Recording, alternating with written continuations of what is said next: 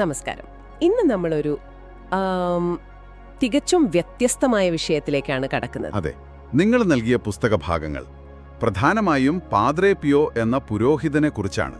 അതും അദ്ദേഹത്തിന്റെ ശരീരത്തിൽ നിന്നുണ്ടായിരുന്നെന്ന് പറയുന്ന ഒരു അത്ഭുത സുഗന്ധത്തെക്കുറിച്ച്. അതെ, ശരിയാണ്. ഇത് കേൾക്കുമ്പോൾ തന്നെ ഒരു കൗതുകം തോന്നാം. ശരിക്കും പറഞ്ഞാല് പതിറ്റാണ്ടുകളായി ഒരുപാട് പേരെ അത്ഭുതപ്പെടുത്തുകയും അതേസമയം ചിലരിൽ സംശയമുണ്ടാക്കുകയും ചെയ്തൊരു കാര്യമാണിത്. അതെ, നമ്മുടെ കയ്യിലുള്ളത് പ്രധാനമായും ഇത് നേരിട്ട് അനുഭവിച്ചവരുടെ വിവരണങ്ങളാണ്. പിന്നെ കുറച്ച് ഡോക്ടർമാരുടെ നിരീക്ഷണങ്ങളും. ഓക്കെ, അപ്പൊ നമ്മുടെ ഇന്നത്തെ ഒരു ദൗത്യം എന്ന് വെച്ചാല് ഈ വിവരണങ്ങളിലൂടെയൊക്കെ ഒന്ന് പോയിട്ട് എന്തായിരുന്നു ഈ സുഗന്ധം, ആളുകൾ ഇതിനെ എങ്ങനെയാണ് കണ്ടിരുന്നത്, ഇതിനു പിന്നിലെ വിശ്വാസം എന്തായിരുന്നു എന്നൊക്കെ മനസ്സിലാക്കുക എന്നതാണ്. ശരി, ഒക്കെ ചിന്തിച്ചിട്ടുണ്ടോ? എന്തായാലും നമുക്ക് ഈ വിഷയത്തിലേക്ക് കടക്കാം. ഓക്കെ, നമുക്ക് ഈ വിഷയത്തെ ഒന്ന് വിശദമായിട്ട് തന്നെ നോക്കാം. എന്താണ് ഈ പ്രതിഭാസം? അതെ, ഈ പുസ്തക ഭാഗങ്ങൾ പറയുന്നത് വെച്ച് നോക്കിയാൽ പാദ്രേ പിയോയുടെ ശരീരത്തിൽ നിന്ന്, പ്രത്യേകിച്ചും അദ്ദേഹത്തിന്റെ ആ സ്റ്റിഗ്മാറ്റ എന്ന് പറയുന്ന തിരുമുറിവുകളിൽ നിന്നാണ് ഈ സുഗന്ധം വന്നിരുന്നതെന്നാണ് പ്രധാനമായും പറയുന്നത്. ഇതിലൊരു കാര്യം ശ്രദ്ധിക്കേണ്ടത്, ഇതൊരു സ്ഥിരമായി ഉണ്ടായിരുന്ന ഒന്നല്ല. ഓഹോ. അതെ, അത് ഇടയ്ക്കിടെ പ്രത്യക്ഷപ്പെടുമ്പോൾ പാദ്രേ പിയോയുടെ ഒരു മധ്യസ്ഥതയിൽ ദൈവം നൽകുന്നൊരു അനുഗ്രഹമായിട്ട് അല്ലെങ്കിൽ ഒരു അടയാളമായിട്ടാണ് അദ്ദേഹത്തോട് അടുത്ത ആളുകൾ ഇതിനെ കണ്ടിരുന്നത്. വെറുമൊരു ശരീരത്തിന്റെ ഗന്ധമെന്നതിലുപരി ഒരു ആത്മീയ സൂചന. അപ്പോ ഈ ഗന്ധത്തിന് എന്തെങ്കിലും പ്രത്യേകത? കാരണം പുസ്തകത്തിൽ പലതരം ഗന്ധങ്ങളെക്കുറിച്ച് പറയുന്നുണ്ടല്ലോ. വയലറ്റ്, ലില്ലി, റോസാപ്പൂക്കൾ, കുന്തിരിക്കം, ചിലപ്പോൾ പുതിയ പുകയിലയുടെ മണം പോലും. ഇതെങ്ങനെയാണ്? അതാണ് ഇതിലൊരു രസകരമായ അതേസമയം സങ്കീർണമായ കാര്യവും. ഇതിന് ശാസ്ത്രീയമായ ഒരു വിശദീകരണം കണ്ടെത്താൻ അക്കാലത്തെ ഡോക്ടർമാർക്ക് സാധിച്ചിട്ടില്ല. ഡോക്ടർമാർ പരിശോധിച്ചിരുന്നോ? തീർച്ചയായും. ഡോക്ടർ ഫെസ്റ്റ, ഡോക്ടർ റൊമാനെല്ലി തുടങ്ങിയവരൊക്കെ അദ്ദേഹത്തിന്റെ മുറിവുകൾ പരിശോധിച്ചിട്ടുണ്ട്. അവർ മുറിവിൽ പുരട്ടാൻ ഉപയോഗിച്ചിരുന്ന അണുനാശിനികളുണ്ടല്ലോ, അയഡിൻ പോലെയുള്ളവ. അതെ, അയഡിൻ, കാർബോളിക് ആസിഡ്, അങ്ങനെയുള്ളവ.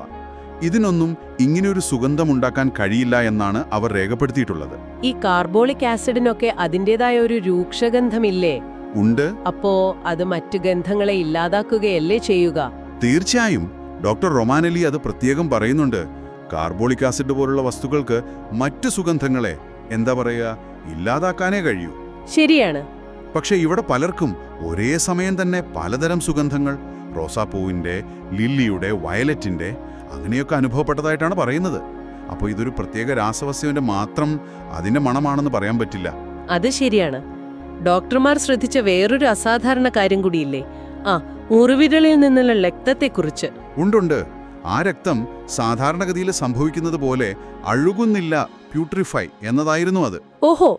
സാധാരണ ഒരു മുറിവുണ്ടായാൽ അതിലെ രക്തം കുറച്ചു കഴിയുമ്പോൾ ഒരു ദുർഗന്ധം വരും. പക്ഷെ ഇവിടെ അത് ഉണ്ടായില്ല എന്ന് ഡോക്ടർമാർ രേഖപ്പെടുത്തിയിട്ടുണ്ട്. അതും ഈ സുഗന്ധം പോലെ തന്നെ വിശദീകരിക്കാൻ ബുദ്ധിമുട്ടുള്ള ഒന്നായി മാറി. അപ്പോ ഇനി നമുക്കിതിന് സാക്ഷികളായവരുടെ അനുഭവങ്ങളിലേക്ക് കടക്കാം.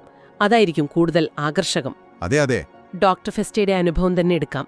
അദ്ദേഹത്തിന് മണം പിടിക്കാനുള്ള കഴിവില്ലായിരുന്നു എന്നല്ലേ പറയുന്നത്, അനോസ്മിയ. അതെ, അദ്ദേഹത്തിന് ഗന്ധം തിരിച്ചറിയാൻ കഴിയില്ലായിരുന്നു. പക്ഷേ പാദ്രേ പിയോയുടെ മുറിവിലെ രക്തം പുരണ്ട ഒരു തുണി അത് അദ്ദേഹം റോമിലേക്ക് കൊണ്ടുപോവുകയായിരുന്നു. അപ്പോൾ കാറിലുണ്ടായിരുന്ന മറ്റുള്ളവർക്ക് നല്ല സുഗന്ധം അനുഭവപ്പെട്ടു. പിന്നീട് ആ തുണി അദ്ദേഹത്തിന്റെ ഓഫീസിൽ ഒരു ക്യാബിനറ്റിൽ വെച്ചപ്പോൾ ദിവസങ്ങളോളം ആ മുറിയിൽ നല്ല സുഗന്ധം നിറഞ്ഞു നിന്നു എന്നും അവിടെ വന്ന രോഗികൾ വരെ അത് ശ്രദ്ധിച്ചു, ഇതെന്താണ് ഇവിടെ ഇത്ര നല്ല മണം എന്നൊക്കെ ചോദിച്ചു എന്നും പുസ്തകത്തിൽ പറയുന്നു.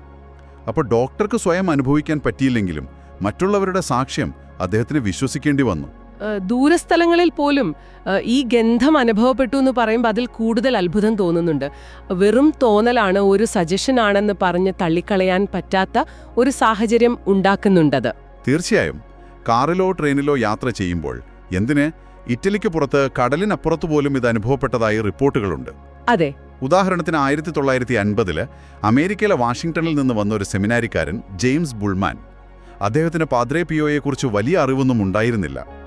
കുർബാനയ്ക്ക് സഹായിക്കാൻ നിൽക്കുകയായിരുന്നു.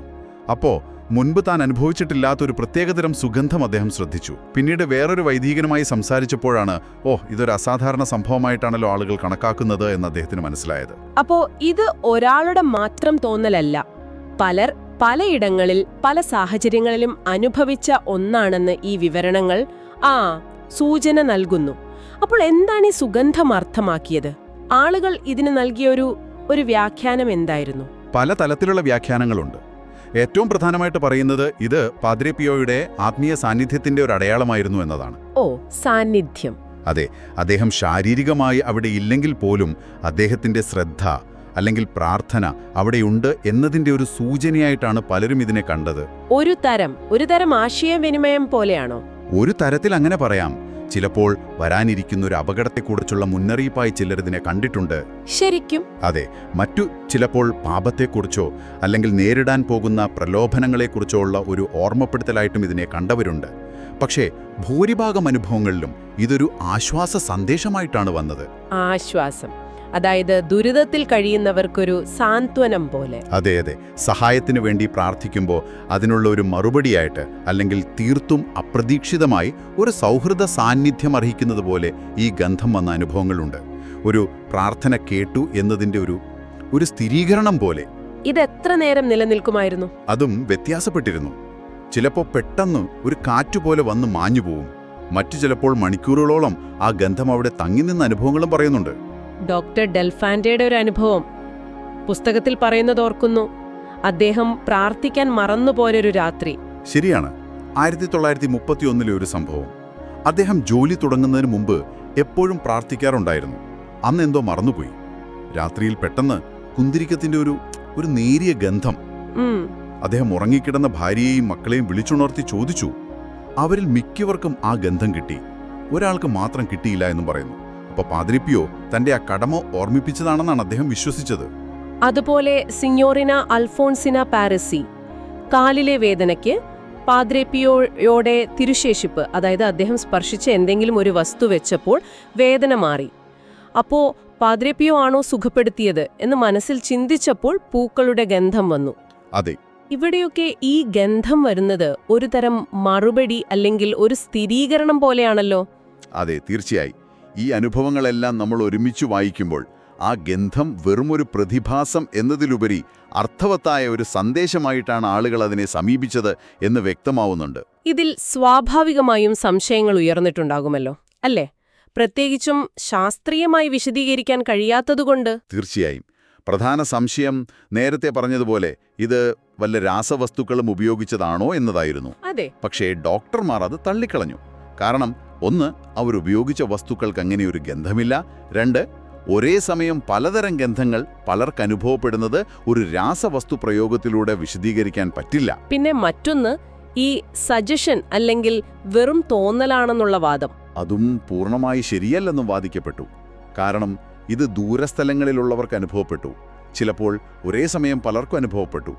സജഷൻ ആണെങ്കിൽ അത് സാധാരണയായി വ്യക്തിഗതമായ ഒരു അനുഭവമായിരിക്കും. മാത്രമല്ല, ദൂരത്തേക്കൊരു ഗന്ധം പ്രൊജക്റ്റ് ചെയ്യാൻ കഴിയില്ലല്ലോ. ശരിയാണ്. മറ്റു വിശുദ്ധരുടെ കാര്യത്തിലും ഇതുപോലുള്ള സുഗന്ധ പ്രതിഭാസങ്ങൾ റിപ്പോർട്ട് ചെയ്യപ്പെട്ടിട്ടുണ്ടല്ലോ. അതും ഈ പുസ്തകത്തിൽ പറയുന്നുണ്ട്. ഉണ്ട്. ഇത് പാദ്രെ പിയോയുടെ മാത്രം ഒരു പ്രത്യേകതയല്ല. വിശുദ്ധരുടെ ജീവിതത്തിൽ ഇത്തരം കാര്യങ്ങൾ റിപ്പോർട്ട് ചെയ്യപ്പെട്ടിട്ടുണ്ട്. ഉദാഹരണത്തിന്, പെറുവിലെ വിശുദ്ധനായ സെന്റ് മാർട്ടിൻ ഡി പോറസ്. അദ്ദേഹത്തിന്റെ ശരീരത്തിൽ നിന്നും ജീവിച്ചിരുന്നപ്പോഴും സുഗന്ധമുണ്ടായിരുന്നു. മരണത്തിന് 25 വർഷങ്ങൾക്ക് ശേഷം കല്ലറ തുറന്നപ്പോഴും ആ സുഗന്ധമുണ്ടായിരുന്നു എന്ന് രേഖയുണ്ട്. ഓഹോ. അതുപോലെ തോമസ് അക്കംബിസ് രേഖപ്പെടുത്തിയത് പ്രകാരം ഹോളണ്ടിലെ സെന്റ് ലെഡ്വിൻ, അവരുടെ മുറിയിൽ നിരന്തരം ഒരു സുഗന്ധം നിറഞ്ഞിരുന്നു. പ്രത്യേകിച്ചും ദിവ്യകാരുണ്യം സ്വീകരിച്ച ശേഷമോ അല്ലെങ്കിൽ മാലാഖ സന്ദർശിച്ചു എന്ന് പറയുന്ന സന്ദർഭങ്ങളിലോ ഈ ഗന്ധം വർദ്ധിച്ചിരുന്നു എന്നും പറയുന്നു. പക്ഷേ പാദ്രെ പിയോയുടെ കാര്യത്തിലൊരു വ്യത്യാസം പറയുന്നില്ലേ? അതായത് അദ്ദേഹത്തിന് ഈ ഗന്ധം ഒരു ആശയവിനിമയ ഉപാധിയായി, ഒരു സന്ദേശം പോലെ അരക്കാൻ കഴിഞ്ഞിരുന്നു എന്ന്. അതെ, അങ്ങനെ ഒരു വിശ്വാസം അദ്ദേഹത്തിന്റെ അനുയായികൾക്കിടയിൽ വളരെ ശക്തമായിരുന്നു. മറ്റു വിശുദ്ധരുടെ കാര്യത്തിൽ ഇതൊരു സ്ഥിരമായ അവസ്ഥയോ അല്ലെങ്കിൽ പ്രത്യേക സാഹചര്യങ്ങളിൽ സംഭവിക്കുന്ന ഒന്നോ ആയിരുന്നെങ്കിൽ, പാദ്രെ പിയോയുടെ കാര്യത്തിൽ ഇതൊരു ബോധപൂർവമായ പ്രവൃത്തിയായിരുന്നു എന്ന് വിശ്വസിക്കുന്നവരുണ്ട്. തന്റെ സാന്നിധ്യമോ സന്ദേശമോ അറിയിക്കാൻ അദ്ദേഹം ഇത് ഉപയോഗിച്ചു എന്ന്. ഈ ആശയവിനിമയം എന്ന ആശയം ഒന്നുകൂടി ഉറപ്പിക്കുന്ന മറ്റനുഭവങ്ങളും പുസ്തകത്തിലുണ്ടല്ലോ. സിസിലിയിലെ മദർ കാതറിൻ കുസാനിറ്റിയുടെ കാര്യം.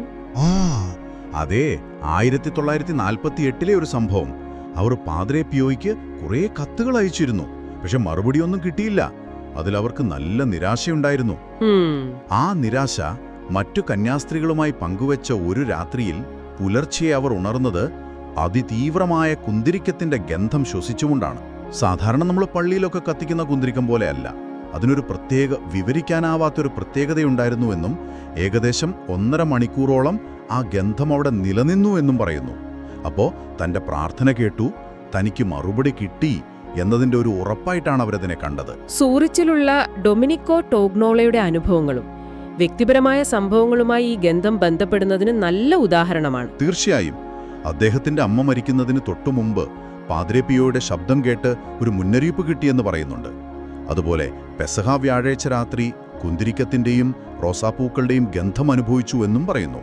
ആ സഹോദരന്റെ കാര്യം? അതെ, അതാണ് ഏറ്റവും വിചിത്രമായത്. 32 വർഷമായി യാതൊരു വിവരവുമില്ലാതിരുന്ന, മരിച്ചുപോയെന്ന് തന്നെ കരുതിയിരുന്ന സഹോദരൻ ജീവിച്ചിരിപ്പുണ്ടെന്നും അദ്ദേഹത്തിന്റെ കത്ത് വരുന്നുണ്ടെന്നുമുള്ള ആ ദിവസം രാവിലെ വയലറ്റിന്റെ അതിശക്തമായൊരു ഗന്ധം അദ്ദേഹം അനുഭവിച്ചു. ഓരോ തവണയും അതൊരു സന്ദേശം പോലെ അല്ലേ? അതെ, വരാനിരിക്കുന്ന ഒരു പ്രധാന സംഭവത്തിന്റെ സൂചന പോലെയാണ് അദ്ദേഹത്തിന് ആ ഗന്ധം അനുഭവപ്പെട്ടത്. ഇതുപോലുള്ള അനുഭവങ്ങൾ പറയുമ്പോൾ മിസ്റ്റിസിസത്തിൽ പറയുന്നൊരു കാര്യം പുസ്തകത്തിൽ സൂചിപ്പിക്കുന്നുണ്ട്. അതായത് ആത്മാവിന്റെ അവസ്ഥയ്ക്കനുസരിച്ച് ശരീരം പ്രതികരിക്കുന്നു എന്നത്. അതെ, അതൊരു ഗൂഢാത്മീയ ചിന്തയാണ്. ആത്മാവിന്റെ താളം അല്ലെങ്കിൽ അതിന്റെ അവസ്ഥ ശരീരത്തെ സ്വാധീനിക്കുമ്പോൾ ശരീരം കൂടുതൽ ഊർജ്ജസ്വലമാകുകയും ചിലപ്പോൾ അസാധാരണമായ കഴിവുകൾ പ്രകടിപ്പിക്കുകയും ചെയ്യാമെന്ന്. അതിന്റെ ഭാഗമായിട്ട് ഇത്തരം ശാരീരിക മാറ്റങ്ങൾ, ഈ പറയുന്ന ഗന്ധം അല്ലെങ്കിൽ വേദനയില്ലാത്ത മുറിവുകൾ, സ്റ്റിഗ്മാറ്റ പോലെയുള്ളവ, അതൊക്കെ സംഭവിക്കാമെന്ന് കരുതുന്നവരുണ്ട്. സെന്റ് ലിഡിന്റെ കാര്യത്തിൽ ഈ ഗന്ധം അവരുടെ രുചിയെ പോലും സ്വാധീനിച്ചു എന്നും ചില വിവരണങ്ങളിൽ പറയുന്നുണ്ട്. ഇതൊരു വിശ്വാസത്തിന്റെ തലത്തിലുള്ള വിശദീകരണമാണ്, ശാസ്ത്രീയമല്ല. ശരിയാണ്. അപ്പോൾ നമ്മൾ ഈ കേട്ട വിവരണങ്ങളെല്ലാം ഒന്ന് ചുരുക്കുകയാണെങ്കിൽ, പാദ്രെ പിയോയുടെ ശരീരത്തിൽ നിന്നുണ്ടായെന്ന് പറയപ്പെടുന്ന ഈ സുഗന്ധം അതനുഭവിച്ചവരെ സംബന്ധിച്ചിടത്തോളം വെറുമൊരു മണമല്ലായിരുന്നു. അല്ല, തീർച്ചയായും അല്ല. അതൊരു അടയാളമായിരുന്നു, ഒരു സന്ദേശമായിരുന്നു. ചിലപ്പോൾ ആശ്വാസം, മറ്റു ചിലപ്പോൾ ഒരു ഓർമ്മപ്പെടുത്തൽ, ചിലപ്പോൾ മുന്നറിയിപ്പ്, അങ്ങനെ പലതായിരുന്നു. നിരവധി പേരുടെ ഈ സാക്ഷ്യങ്ങൾ, പിന്നെ ഡോക്ടർമാരുടെ വിശദീകരിക്കാനാവാത്ത നിരീക്ഷണങ്ങൾ, മറ്റു വിശുദ്ധരുമായുള്ള താരതമ്യങ്ങൾ, ഇവയെല്ലാം ഈ പ്രതിഭാസത്തിന് ചുറ്റും ഒരു നിഗൂഢതയുടെ വലയം സൃഷ്ടിക്കുന്നുണ്ട്. ഒരു വശത്ത് ശാസ്ത്രീയമായ വിശദീകരണങ്ങളുടെ അഭാവം, മറുവശത്ത് ഈ അനുഭവങ്ങളുടെ ഒരു വൈകാരിക തീവ്രത, വ്യക്തിപരമായ അർത്ഥങ്ങൾ. ഈ വിവരണങ്ങൾ കേൾക്കുമ്പോൾ നിങ്ങൾക്ക് എന്തു തോന്നുന്നു? വിശ്വാസം, അത്ഭുതങ്ങൾ, യുക്തിക്ക് പിടികൊടുക്കാത്ത അനുഭവങ്ങൾ, ഇവയെക്കുറിച്ചെല്ലാം നിങ്ങൾ എങ്ങനെയാണ് ചിന്തിക്കുന്നത്? ഇവിടെ ഒരു കാര്യം കൂടി നമുക്ക് ആലോചിക്കാനുണ്ട്. നമ്മുടെ ലോകം ഇന്ന് കൂടുതലും ശാസ്ത്രീയമായ അളവുകോലുകളെയും യുക്തിയെയും ഒക്കെ അടിസ്ഥാനമാക്കിയാണ് മുന്നോട്ടു പോകുന്നത്, അല്ലേ? അതെ. എന്നാൽ അതിനപ്പുറം നിൽക്കുന്നതെന്ന് ചിലരെങ്കിലും അവകാശപ്പെടുന്ന ഇത്തരം അനുഭവങ്ങൾക്ക് നമ്മുടെ ജീവിതത്തിൽ എന്ത് സ്ഥാനമാണുള്ളത്? വ്യക്തിപരമായ അനുഭവസാക്ഷ്യങ്ങളെ, പ്രത്യേകിച്ചും ഇതുപോലെ വിശദീകരിക്കാൻ കഴിയാത്തവയെ നമ്മൾ എങ്ങനെയാണ് സമീപിക്കേണ്ടത്? ഇത് പൂർണ്ണമായി തള്ളിക്കളയണോ, അതോ മനുഷ്യന്റെ അനുഭവങ്ങളുടെ ഒരു ഭാഗമായി ഇതിനെയും കാണണോ? ഇതിനെക്കുറിച്ച് നിങ്ങൾക്ക് തുടർന്നും ചിന്തിക്കാവുന്നതാണ്.